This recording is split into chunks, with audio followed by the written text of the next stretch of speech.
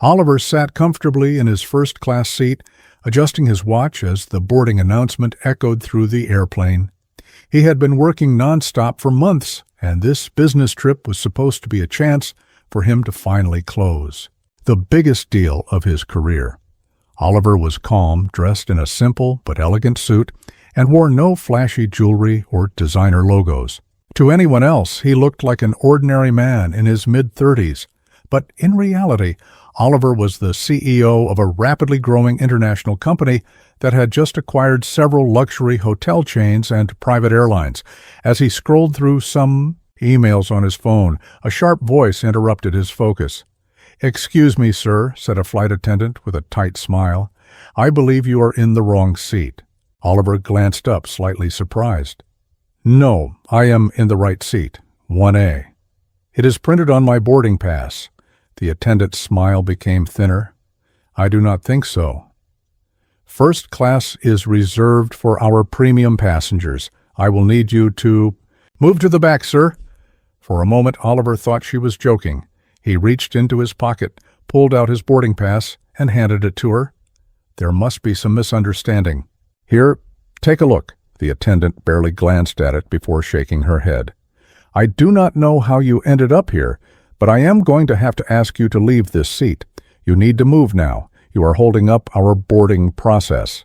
Other passengers nearby started to look over, some with curiosity, others with judgment.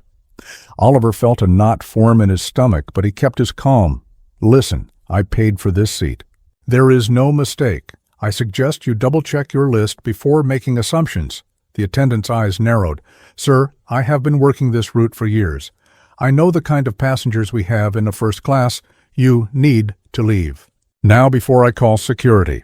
A man sitting across the aisle wearing an expensive watch and speaking loudly on his phone laughed. "Come on, just let him go." "We all know first class is not for people like him," the man sneered, not even bothering to lower his voice. Oliver clenched his jaw. He could not believe this was happening. It was not about the seat anymore. It was about respect, or the lack of it. Another attendant arrived, whispering something into the first woman's ear. She looked down at the boarding pass once more, her face stiff, but still refusing to back down. "I do not care what your ticket says. I need you to move to economy class, sir. Do not make this difficult." At that moment, Oliver's phone buzzed. It was a message from his personal assistant, Kira. "Sir, everything is in place. I have informed the airline management about your inspection visit. Captain Roy is expecting you on board."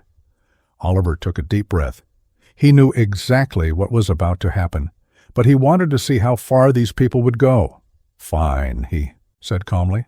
"Call your captain," the attendant scoffed. "The captain is too busy for matters like this." "Then get your supervisor, now." Passengers were watching even more closely. Some were recording the incident on their phones. A few people murmured to each other, and one woman shook her head in disapproval. But instead of calling the captain or a supervisor, the attendant reached for the phone by the cabin door and called security. "We have a situation in first class," she spoke into the phone, throwing a cold glance at Oliver. "A passenger refuses to leave a seat he did not pay for." Within minutes, 2 security officers arrived. One of them spoke directly to Oliver without even asking for his side of the story. "Sir, we need you to come with us." Oliver stayed seated. "And if I refuse?" "Then we will have no choice but to remove you by force." Another message arrived on Oliver's phone. "Boarding complete. Captain Roy will step out shortly." Oliver smiled slightly and looked up at the officers. "I suggest you wait 10 more minutes before you embarrass yourselves any further." One officer smirked. "Look, I do not know what kind of game you're playing, but you have no business here. First class is for our valued clients, not troublemakers." The man across the aisle chuckled again, shaking his head. "This is just sad. Some people never learn their place." Oliver leaned back, still calm. "I guess you will find out my place soon enough." Just then, the cockpit door opened, and a tall, serious-looking man in uniform stepped out. His name badge read, Captain Roy. The flight attendant quickly approached him. "Captain, we have a passenger refusing to leave first class." Captain Roy frowned. "Which passenger?" She pointed at Oliver. "That one?" Captain Roy's eyes widened when he saw Oliver. He immediately walked over and gave a slight nod. "Mr. Oliver, welcome on board." "I apologize for the delay. Is there a problem here?" The room fell silent. The flight attendant froze. You know him?" Captain Roy's voice was firm. "Of course I do. This man is the CEO of the company that owns this airline." The color drained from the attendant's face. The security officers stepped back, confused. The man across the aisle dropped his phone in shock. Before anyone could speak, Captain Roy turned to the officers. "You two, off the plane, now." And to the attendant he said, "You will explain. Yourself in my office after we land. For now, you are dismissed from duty." Her face turned pale as she stammered. I did not know." Captain Roy's voice was cold. "That was clear." Oliver stood up, adjusted his jacket, and calmly said, "Captain, we are not done yet. I want the crew list before takeoff." Captain Roy nodded. "Yes, sir." As the flight attendants began, whispering to each other and passengers stared in disbelief, Oliver pulled out his phone and made another call. "Kira, update the board. This crew's entire behavior will be part of tomorrow's meeting, and tell the team to prepare a replacement. Captain, I am not flying with someone who allows this nonsense to happen." Captain Roy's face tensed. "Sir, I assure you." Oliver cut him off. "No need. You can leave the plane now." The passengers watched, stunned, as the captain picked up his hat and quietly exited the aircraft. And this was just the beginning. As soon as Captain Roy left the plane, the cabin filled with quiet whispers. No one could believe what they had just witnessed. The man who had been so quick to judge and mistreat Oliver now stood in shock, staring at the empty spot where the captain had been just moments before. Oliver remained calm. He adjusted his sleeve, picked up his phone again, and made another call. "Kira," he spoke softly but clearly, "have we confirmed who the next in command is for this flight?" "Yes, sir," Kira replied quickly. "First Officer Dale is on standby. He's a good man. No complaints on his record." "Good," Oliver said. "Have him report to the cockpit. I want this flight in the air within the next 30 minutes. "Yes, sir. Right away." The rude man from across the aisle finally spoke, his voice a little less confident now. I did not realize who you were. Look, it was just a joke." "No hard feelings, right?" Oliver turned his head slowly, meeting the man's uneasy gaze. "A joke?" Oliver repeated. "Telling someone they do not belong in first class because of how they look is not a joke. It is small-minded and ugly. And what makes you think I would want to accept an apology now?" The man swallowed hard, his earlier arrogance gone. "Did not mean anything by it," he stammered. Oliver did not reply. He looked away, as if the man no longer existed. The other passengers shifted uncomfortably in their seats, a few looking down, ashamed that none of them had spoken up earlier. Within minutes, a new officer stepped onto the plane. His name tag read Dale. He looked around the cabin before making his way straight to Oliver. "Mr. Oliver," he said, offering a respectful nod, "I am First Officer Dale. It is an honor to have you on board. I apologize for what happened earlier. It will not happen again under my watch." Oliver nodded once. "Thank you, Dale. Take over the cockpit and make sure the crew gets this flight ready immediately. And bring me the passenger and crew lists. I want to know exactly who is on this plane." "Yes, sir." Dale disappeared into the cockpit, already speaking to the remaining crew. Oliver leaned back in his seat, his expression unreadable. Another attendant approached, this one looking much younger and far more nervous than the first. "I am very sorry for what happened, sir," she said quietly. "Please let me know if there is anything I can get you while we prepare for takeoff." Oliver looked at her, noticing the genuine concern in her eyes. "What is your name?" "Lena, sir." "Thank you, Lena. For now, just make sure everything runs smoothly, and do not be afraid to stand up for what is right, even when others stay silent." Lena nodded quickly. "Yes, sir." As she hurried away, Oliver checked his phone again. More messages were coming in. News of the incident had already reached the corporate office, and Kira informed him that a few passengers had posted about it online. The videos were starting to spread. Oliver knew exactly how to handle this. "Kira," he typed, "contact our public relations team. Prepare a statement about today's incident. No names yet, but make it clear that we do not tolerate discrimination of any kind, especially from our own staff." A message came back within seconds. "Already in progress, sir." The plane finally finished boarding. The doors closed. First Officer Dale made an announcement over the speaker system. "Ladies and gentlemen, this is First Officer Dale. I will be your acting captain for this flight. We apologize for the delay and thank you for your patience. Please fasten your seatbelts as we prepare for departure." The plane began to move toward the runway. Oliver noticed the rude man from earlier staring out of the window, pretending to be invisible. The passengers who had watched in silence now seemed uneasy, avoiding eye contact with him. No one laughed. No one whispered anymore. As the plane lifted into the sky, Oliver allowed himself a moment to relax. But he knew the work was not over yet. Once they reached cruising altitude, Lena returned with a glass of water and a warm towel. "Is there anything else you would like, sir?" she asked. Oliver smiled slightly. "Yes. I want you to gather the rest of the crew in the galley. I will speak to them shortly." "Right away, sir." 10 minutes later, Oliver stood at the front of the cabin. The crew, minus the dismissed attendant, gathered around, looking nervous. "I will keep this simple," Oliver began. "Today, I experienced something no passenger should ever have to deal with on this airline: disrespect, prejudice, and poor judgment. Some of you stood by and said nothing. Others made it worse." He paused, letting his words sink in. "This airline is part of my company. That means it is a reflection of my name, my reputation, and my values. I expect every single employee to treat every passenger with respect, no matter who they are, what they look like, or where they are from." He glanced around at each face, making sure no one avoided his gaze. "Your job is not just to serve drinks and hand out headphones. It is to represent the very best of what this airline can be, and if you are not capable of that, you will not work here. Am I clear?" The crew nodded quickly, their faces pale and serious. "Good. Return to your duties." As they dispersed, Oliver returned to his seat, where a fresh message from Kira awaited him. "Sir, the board wants a full report when you land. Also, the PR statement is ready to release." Oliver smiled. "Excellent. Send it out now." Meanwhile, word about what had happened continued to spread.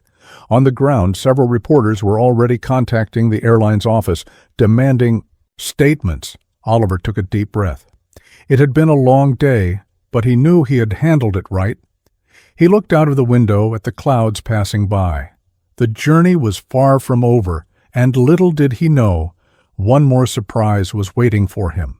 When he landed, Oliver sat quietly in his seat, watching the clouds roll past the window as the plane cruised smoothly through the sky. He felt the weight of the day settle on his shoulders, but he did not let it show. The flight attendants moved carefully through the aisles now, their faces polite but uneasy. No one dared to give him a second glance filled with doubt. The message had been made clear. He checked his phone once more. Another message from Kira appeared. "Sir, local reporters are waiting for your arrival at the airport, some already. Heard about what happened. The video clips are gaining attention." Oliver typed a short reply. "Good, let them wait. I will speak when I am ready." As he put the phone away, Lena came over with a fresh drink. "Is everything all right, sir?" she asked, her voice soft and careful. Oliver gave a small nod. "Thank you, Lena. You have handled yourself well today." She smiled, a little more relaxed now. "I just did what felt right." "That is exactly what this company needs," Oliver replied. As Lena moved to help another passenger, Oliver's mind returned to the man across the aisle. The same man who had mocked him earlier now kept his eyes down, pretending to be busy with a magazine he was not even reading. Oliver thought for a moment, then pressed the call button beside his seat. Lena returned quickly. "Yes, sir? Could you ask that gentleman to join me here for a moment?" Oliver asked calmly, glancing toward the man. The man's head jerked up, his face pale. He hesitated before standing up and slowly walking over to Oliver's seat. "Yes?" "Sir," the man stammered. Oliver gestured for him to sit in the empty seat next to him. "I do not remember your name," Oliver said. "It is Nolan," the man replied, his voice quiet. "Well, Nolan, you made a few comments earlier that I think you should address." Nolan swallowed hard. I was out of line. I was stupid. I should have never said those things." "You are right," Oliver said. "And it is not just about me. It is about the attitude people like you carry wherever you go. Do you understand how much damage it causes when people in your position speak that way in public?" I was wrong," Nolan admitted, his eyes lowered. "I am not asking for an apology because it means very little to me now," Oliver continued. "But what you can do is make sure you never treat another person that way again. Ever. And if you have children, teach them better." I will, sir," Nolan promised, his voice shaking. Oliver nodded, then pointed toward Nolan's seat. "Go back to your seat and consider yourself lucky today." Nolan quickly stood up and returned to his place, avoiding every pair of eyes watching him. The rest of the flight passed without incident. The crew remained professional, though the tension in the air was still noticeable. First Officer Dale made occasional announcements about weather conditions and arrival time, always speaking with calm confidence as they began their descent toward the airport. Oliver's phone buzzed again. "Sir, I need to inform you of something important. There is a problem waiting for you at the terminal," Kira messaged. Oliver frowned and quickly typed back. "What kind of problem?" "An executive from the airline's board tried to interfere with the PR statement. He wanted to stop it from being released. I thought you should know before you land." Oliver's jaw tightened. "Who was it?" "A man named Byron Finch, Senior Vice President of Operations." Oliver did not recognize the name at first, but made a mental note. Nobody attempted to silence him in his own company. He messaged Kira again. "Set up a video call with the board as soon as I get to the airport. I want every executive on that call." "Already arranged, sir. They will be waiting for you." As the plane touched down smoothly on the runway, Oliver prepared himself for what was waiting on the ground. The crew quickly moved to open the doors, and security staff from the airport waited outside. First Officer Dale approached Oliver's seat one final time. "Thank you for your patience today, sir. It has been an honor flying with you." Oliver stood and shook Dale's hand. "You handled yourself well. Keep doing things the right way." Dale smiled with relief. "Thank you, sir." As Oliver stepped off the plane, he could already see a small crowd of reporters standing near the terminal exit, cameras in hand. Some passengers glanced at him as they passed, a few offering quiet words of respect. He ignored the reporters and headed straight to the private business lounge, where a secure video conference room had been prepared for him. Inside, Kira waited with a tablet in her hand, her expression sharp and serious. "Everything is ready, sir," she said. "The entire board is connected." Oliver sat down at the head of the long table and tapped the screen. A wall-sized monitor came to life, showing a row of faces, board members, department heads, and executives, all waiting nervously. Without wasting time, Oliver spoke. "I will not repeat what happened today, because I am sure by now every one of you has seen the videos, the news reports, and the statements we released. What concerns me is not just the incident itself, but the fact that someone tried to silence it." A few faces shifted uncomfortably on the screen. "I want to be very clear," Oliver continued.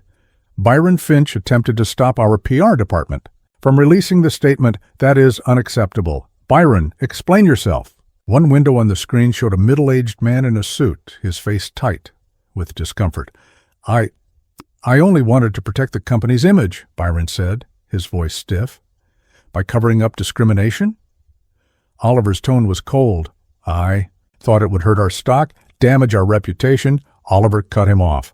"The only thing that damages our reputation is when we fail to stand against behavior like this." "You should have known that." Byron tried to speak again, but Oliver raised a hand. "You are officially suspended until further notice. Kira will oversee your duties until the board decides your future." Kira gave a small nod. The rest of the board members said nothing. They knew Oliver meant every word. "Let this be a lesson to the rest of you," Oliver said. "Our company is built on respect for customers, for employees, for everyone. Anyone who forgets that will not be part of this team." He ended the call, leaning back in his chair. Kira approached with a satisfied smile. "Well handled, sir." Oliver nodded, though he knew the battle was far from over, and just as he reached for his phone, another unexpected message appeared. This time, it was from a name he had not seen in years. Oliver stared at the name on his phone screen. It was a message from someone he never expected to hear from again. The name read, Camden Price.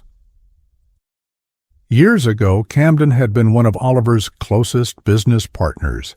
They started in the same small office, working late nights and chasing impossible deals. But greed had changed Camden. He betrayed Oliver, selling company secrets to a rival firm. After that, they never spoke again. Oliver opened the message, feeling a mixture of curiosity and caution. "Oliver, I know I am probably the last person you want to hear from, but I just landed in the same city as you. I have information you need. Meet me at the Skyline Hotel rooftop bar at 8 p.m. It is about your company, and it is serious." Oliver frowned. What could Camden possibly have now? After all these years, why reach out today of all days? Kira noticed his expression. "Something wrong, sir?" Oliver showed her the message.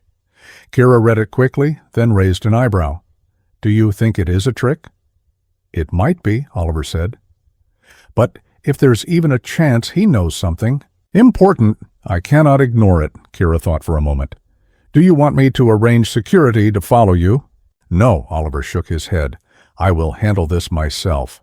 Kira sighed, but did not argue. "At least take one of the drivers and keep your phone on." "I will," Oliver promised. As evening approached, Oliver left the airport lounge and made his way to his waiting car. The driver, a quiet man named Benson, nodded as Oliver got in. "To the Skyline Hotel," Oliver said. "Yes, sir." The car ride was silent, but Oliver's mind was racing. He thought about the flight, the incident with the rude attendant, Byron's foolish attempt to hide the truth, and now this message from Camden. It felt like too many things happening at once. Something bigger was going on, and he needed to get to the bottom of it. They reached the hotel just before 8. The building was tall and modern, with glass windows reflecting the city lights. Oliver stepped out of the car and entered the lobby, making his way to the rooftop bar. The elevator doors opened to a soft glow of string lights, gentle music, and the sound of quiet conversations. Oliver scanned the room and spotted Camden sitting, alone at a corner table, a half-finished drink in front of him. Camden looked older than Oliver remembered. His hair had gone gray at the edges, and his face showed signs of stress. But his eyes were the same, sharp and restless. Oliver approached slowly. "You have 2 minutes," Oliver said as he sat down. Camden gave a weak smile. "I deserve that. Why did you contact me?" Camden took a deep breath. "I made mistakes, Oliver. I lost everything. But before I left the corporate world, I came across something you need to know. Someone on your executive team has been working against you for years." Oliver's eyes narrowed. "Who?" Camden leaned closer. "It is not just one person. It is a small group. They call themselves the Circle. They have been stealing resources, leaking deals to rivals, and trying to weaken your leadership. Byron is one of them, but he is not the leader." Oliver's heart pounded. "Do you have proof?" "I do." Camden pulled a small flash drive from his jacket pocket. "Everything is on here. Emails, bank transfers, secret meetings. I kept it as protection in case I ever needed it. And now I am giving it to you." Oliver reached for the drive, his mind racing with questions. "Why now?" "Because I am tired, Oliver," Camden admitted. "I have nothing left. I just want to do one right thing before I disappear for good." Oliver studied his former friend's face, searching for signs of a lie. But he saw only exhaustion and regret. He took the flash drive. If this is real, you are doing more than one right thing. You are saving a company, maybe even lives." Camden nodded. "Be careful. These people are dangerous." Before Oliver could respond, Camden stood up and walked away, disappearing into the night. Oliver remained seated, gripping the flash drive tightly. Kira needed to see this immediately. He left the bar and took the elevator back to the lobby. Benson was waiting by the car. "Back to the airport lounge?" Benson asked. "No, to the executive office." "Yes, sir." The ride back was fast. Oliver messaged Kira on the way. "I have something. Meet me at the office lab in 15 minutes. "On my way, sir." When they arrived, Oliver hurried to the private office building attached to the airport complex. Inside, Kira was already waiting, laptop ready. He handed her the flash drive.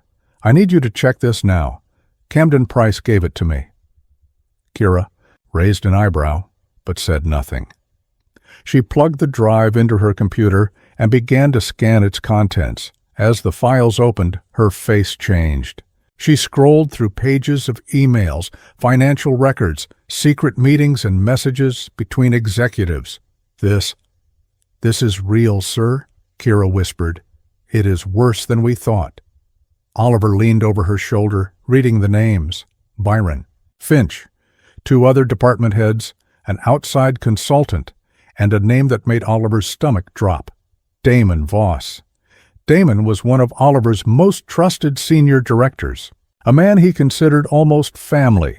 Oliver clenched his jaw. "Set up a meeting with Damon for tomorrow morning, in person, no one else." "Yes, sir.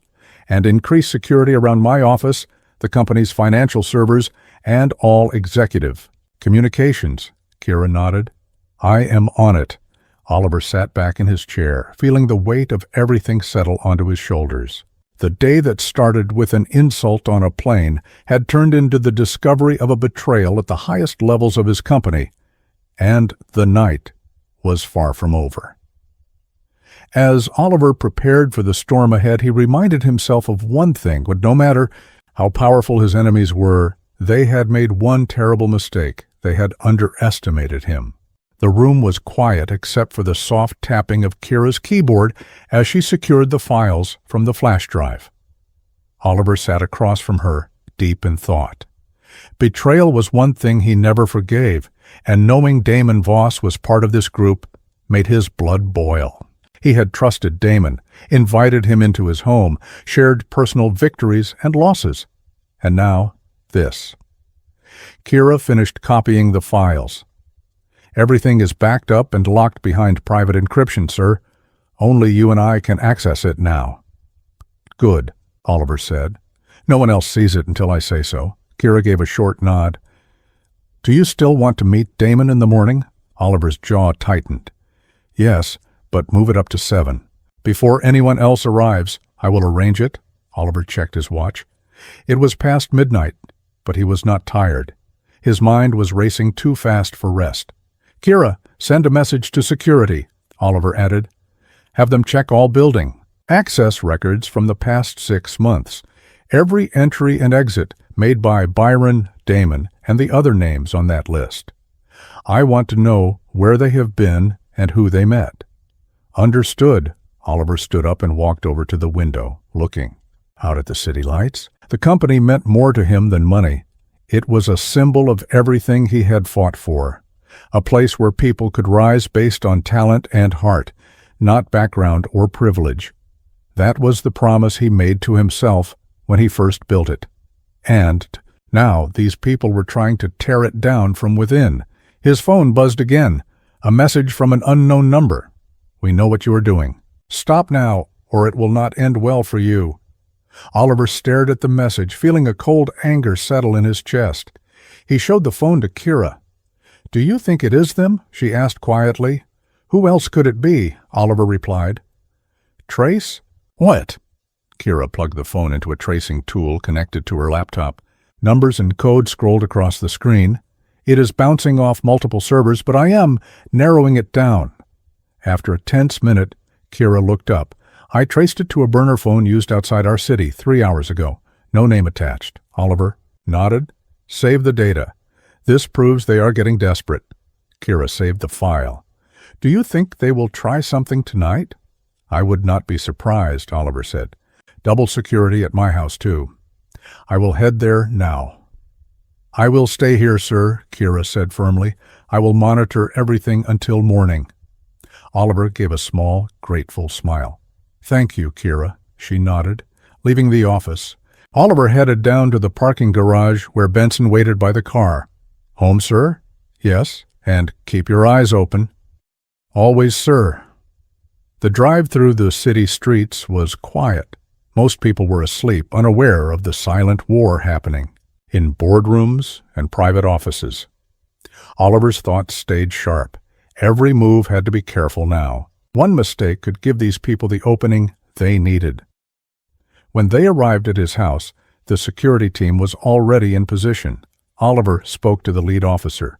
"No one comes in or out without my order. Alert me immediately, if anything. Unusual happens." "Yes, sir." Inside, Oliver made his way to his study. The house was dark and still. He poured himself a glass of water and sat down at his desk. He pulled out an old photo from a drawer. It showed him and Camden from years ago, younger, hopeful, before money and power changed the people around them, before betrayal. Oliver set the photo down. He was not a man who lived in the past, but sometimes it reminded him why he fought so hard. At 2 a.m., his phone buzzed again. This time it was Kira.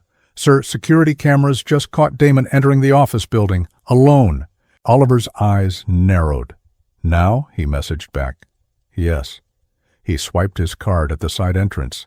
"I do not think he knows anyone is watching. Follow his movements. Do not alert him. Already tracking him. He went straight to your office." Oliver felt his anger rise. "What is he doing?" he asked. "I have the live feed." Kira sent a video link. Oliver tapped it open. On the screen, Damon moved through Oliver's office, opening drawers, checking the safe, searching through papers. His face was tight with worry. Oliver watched in silence, every movement of Damon's captured on camera. After a few minutes, Damon pulled out his phone and made a call. Kira activated the microphone. "Yeah, it is me," Damon said into the phone. "I could not find the flash drive. It is gone. I told you he would not stop. We should have handled this sooner." There was a pause. "No, I am not waiting. I will deal with him myself." Oliver's expression turned cold. "Kira," he messaged. "Send 2 security men to my office. Have them detain Damon quietly. No alarms. No police yet." "On it, sir." Oliver watched as, a minute later, 2 plainclothes security men entered the office. They approached Damon without a word, grabbed his arms, and guided him out. Damon struggled but did not make much noise. "They have him, sir," Kira confirmed, "bringing him to the executive security room now." "I will be there in 15 minutes, Oliver replied. He stood, grabbed his coat, and headed back out to the car. Benson opened the door. "Back to the office, sir?" "Yes." The ride was fast and silent. When Oliver arrived, Damon was seated in a plain room, hands resting on the table, guarded by 2 security officers. His face was pale. Oliver stepped in, closed the door behind him, and sat across from him. "I'd trusted you, Damon," Oliver said quietly. Damon stayed silent. "You were like family, still nothing." "Do you know what hurts the most?" Oliver asked, leaning forward. "It is not the theft. It is not even the betrayal. It is the cowardice. All this time, hiding in the shadows." Damon finally spoke, his voice flat. "You built an empire, Oliver. You made it impossible for others to rise. We had to take what we could." "I built opportunities for people who earned them," Oliver shot back. "You had the same chances as everyone else. You chose this." Damon said nothing. Oliver stood. "Your name and the names of the others." "I have them all. You will confess everything, or I will take this to law enforcement, the press, and every shareholder by morning." Damon laughed bitterly. "You think you scare us?" "No," Oliver replied, his voice calm. "I do not need to scare you. I will simply erase you." He turned to the guards. "Take him to the holding office. Keep him there until I give instructions." They dragged Damon away. Oliver stepped out of the room, his phone buzzing again. "Kira, sir, we just found something else in Damon's office. It is bad." Oliver's heart pounded. "What is it?" he asked. "A signed deal, hidden in his desk. It is connected to someone bigger. Someone you will not believe." Oliver's grip tightened on his phone. He took a deep breath before replying to Kira's message. "Whose name is on that deal?" Kira did not answer right away. Seconds later, a photo of the document appeared on his screen. Oliver's eyes scanned it quickly. His stomach twisted. At the bottom of the page, bold and unmistakable, was the signature of Grant Keller. Oliver stared at the name. Grant Keller was not just a businessman. He was one of the most powerful corporate figures in the country. A man who owned half the properties downtown and controlled several investment companies. For years, Grant had tried to buy into Oliver's company. Every time, Oliver refused. He knew what Grant was: ruthless, cold, and dangerous. Now it made sense. Byron, Damon, the others, they were never the true leaders of this betrayal. They were working for Grant, and this signed deal proved it. Oliver immediately called Kira. "Are you absolutely sure this is real?" "I triple-checked, sir. It is his signature. His private business seal is on it, too. The deal outlines a full takeover plan. If everything went as they wanted, they would force you to resign within 2 weeks and sell your controlling shares." Oliver felt a flash of anger. And Damon was keeping this hidden in his office? "Yes," Kira said, "probably waiting for the final move." Oliver paced the hallway outside the security room. "What else does it say?"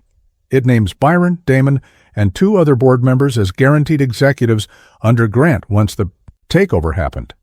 They were promised massive bonuses." Oliver clenched his jaw.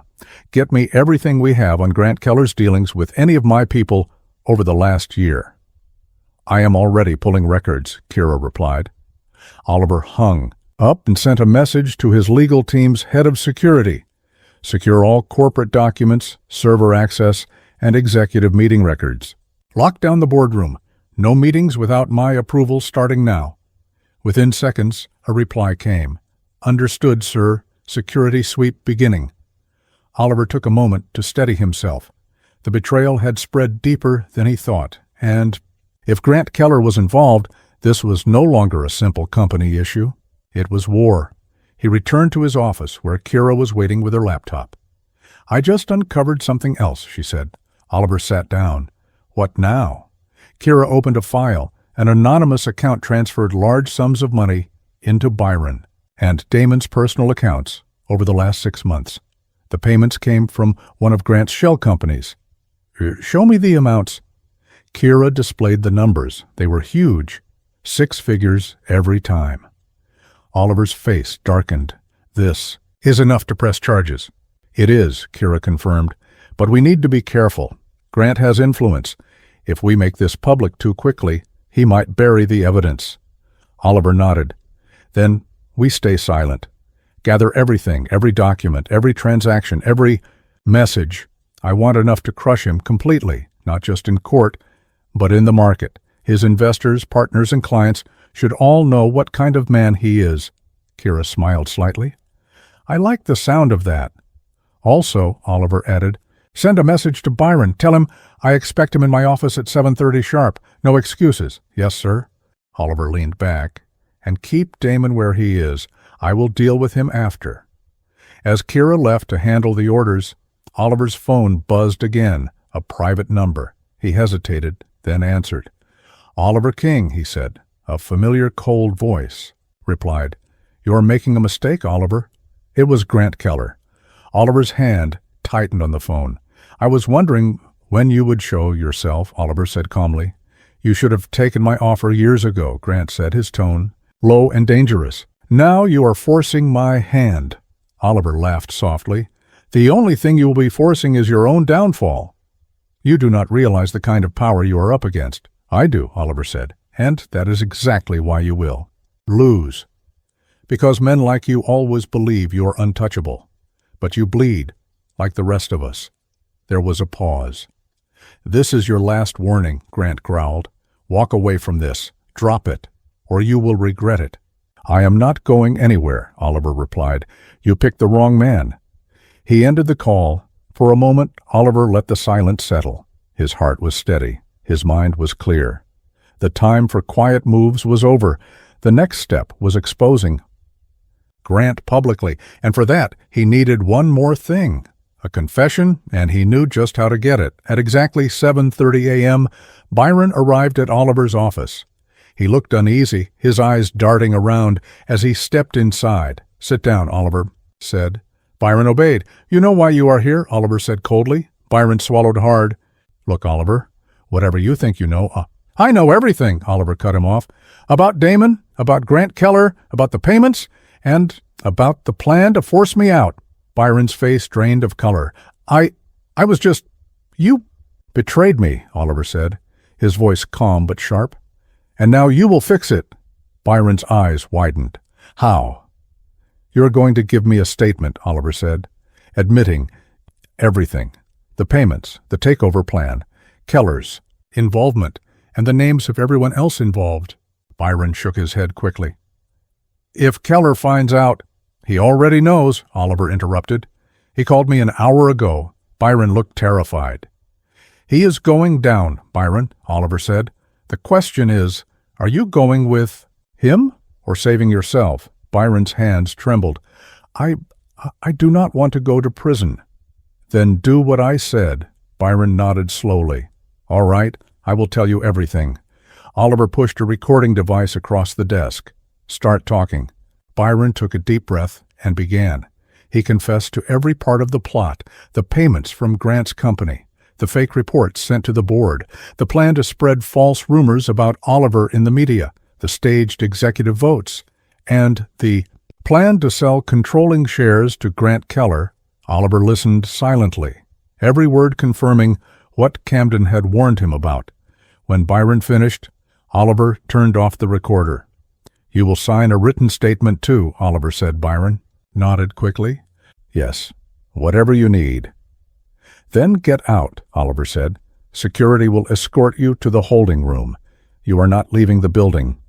2 guards stepped in and took Byron away. Kira entered the office as they left. "We have enough." "Sir," she said, "this is bulletproof." "Good," Oliver said. "Prepare a press release, call the lawyers, and schedule a board meeting for 11 a.m. Every executive is required to attend, no exceptions." Kira grinned. "I will make the calls." Oliver sat back, letting out a slow breath. The storm was about to break, and by the end of the day, Grant Keller's empire would never recover. The boardroom filled quickly. Executives whispered nervously, sensing tension in the air. Oliver entered with Kira and the legal team, his face calm but firm. He looked around the room. "Thank you all for coming on such short notice." He held up the recording device. "Today, I will prove there was a plan to take over this company by force. Not from outside threats, but from people we trusted." Byron sat with his head low, looking defeated. The other executives exchanged uneasy glances. Oliver pressed play on the recording. Byron's voice filled the room, confessing everything: the secret payments, the fake reports, the takeover scheme, and Grant Keller's involvement. The room went silent. No one interrupted. When the recording ended, Oliver spoke again. "This is proof. We will be handing this over to the authorities immediately. The board will vote to remove Byron, Damon, and any others involved from their positions. We will also file a civil lawsuit against Grant Keller and his companies." One executive raised a hand hesitantly. "Mr. King, this is a serious matter. What about the company's reputation?" Oliver looked him in the eye. "The company's reputation depends on integrity. Covering this up would destroy that. We will face this head-on and come out stronger." The board voted unanimously to remove Byron and Damon. As the meeting ended, Oliver stood by the window, watching the city wake up. The fight was not over, but the first battle had been won. Later that day, the news broke. Headlines screamed about the attempted hostile takeover, the betrayal within the company, and the powerful figure behind it all, Grant Keller. Grant's stocks plummeted. Investors withdrew support. His empire began to crumble. Oliver received dozens of messages of support from employees, partners, and even competitors. That evening, Kira joined Oliver in his office. "You did it," she said softly. Oliver smiled. "We did it, together." He looked at the photo on his desk, the one with Camden. "This is just the beginning. There will be more challenges, but today I am reminded why I fight, for the people who believe in this company, for the promise of fairness and opportunity." Kira nodded. "And you will win because you never gave up." Oliver felt a deep sense of peace. The black CEO, who was once denied a first-class seat, who was underestimated and challenged, had stood tall and defeated the greatest threat to his company. He was not just a CEO, he was a leader, and this story was far from over.